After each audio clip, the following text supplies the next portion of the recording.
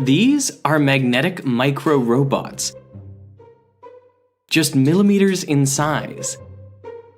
They bend and move in response to applied magnetic fields.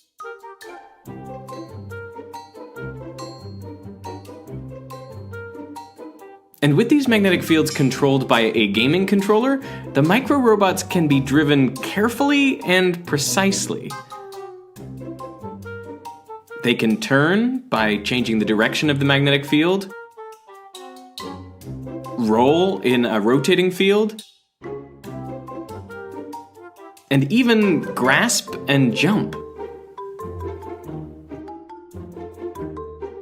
It often feels like you're playing a video game. In some previous work I did as a demonstration, I was pushing blocks of material around and using a microbot like a bulldozer. And the demonstration I did was playing Tetris.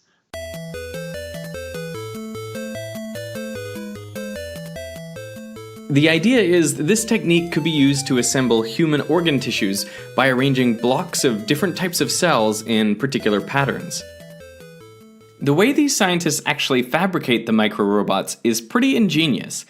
Tiny rare earth magnets are magnetized in a strong magnetic field.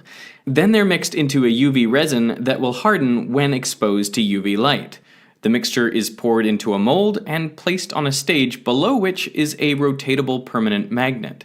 This creates an adjustable magnetic field to which all the tiny magnets in the resin align. When the desired orientation is reached, UV light cures the resin in one particular spot, locking those magnets in place. Then the magnetic field can be adjusted and the next section cured. Ultimately, the result is a flexible device with embedded magnets that have different orientations depending on where they are. This pattern of orientations is what gives these micro-robots their unique behavior in response to magnetic fields. If we can point multiple compass needles in opposite directions within a flexible device, if we apply the field vertically, those compass needles will both try to orient and align with that applied field. With the right magnetic fields, the results can be pretty sophisticated. Watch this micro-robot pick up a block and then roll with it over to a ramp. It rolls up the ramp, deposits the block at the top, and then returns to its original position. The idea is that devices like this could be used in medical applications.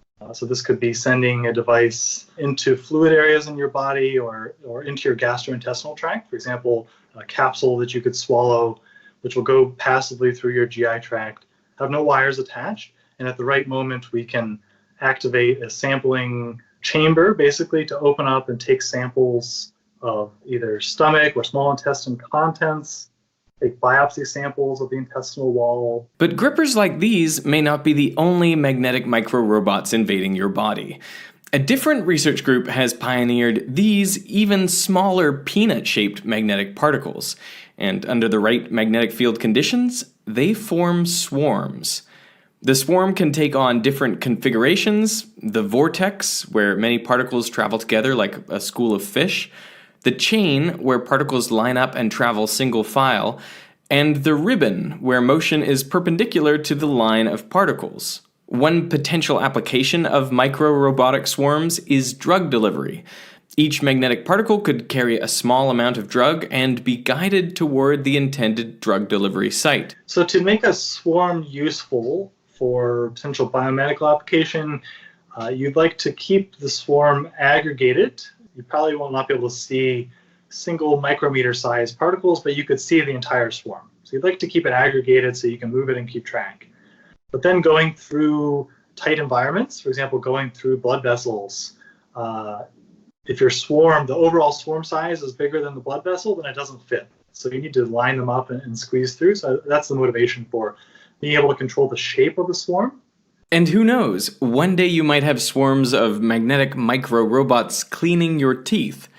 Another group of researchers has used tiny magnetic robots to clear biofilms. Those are communities of bacteria and the protective sugar polymers around them. They typically build up on medical devices, the insides of pipes, and on teeth. Can I ask, does this idea of magnetic control of micro-robots, does it supplant previous concepts? Like, I'm trying to conceptualize this in terms of like, sci-fi futures with nanobots, where I imagine, we imagine these things as really self-contained and, powering themselves around the body and that sort of stuff. Yeah, great question. So the advantage of magnetic fields is that it's a very scalable technique.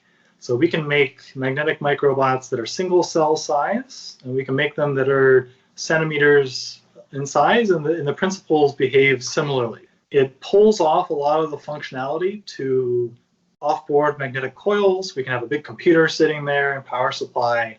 So a lot of the hard aspects of driving a robot we can do as traditional size. We can have a big computer, we can have medical imaging hooked up and do all of these things off-board. And then on-board, we're just transmitting the magnetic field directly to the device. And so that our microbot is basically then just like the mechanical hand of the robot. And the rest of the robot is really sitting on the table beside the patient.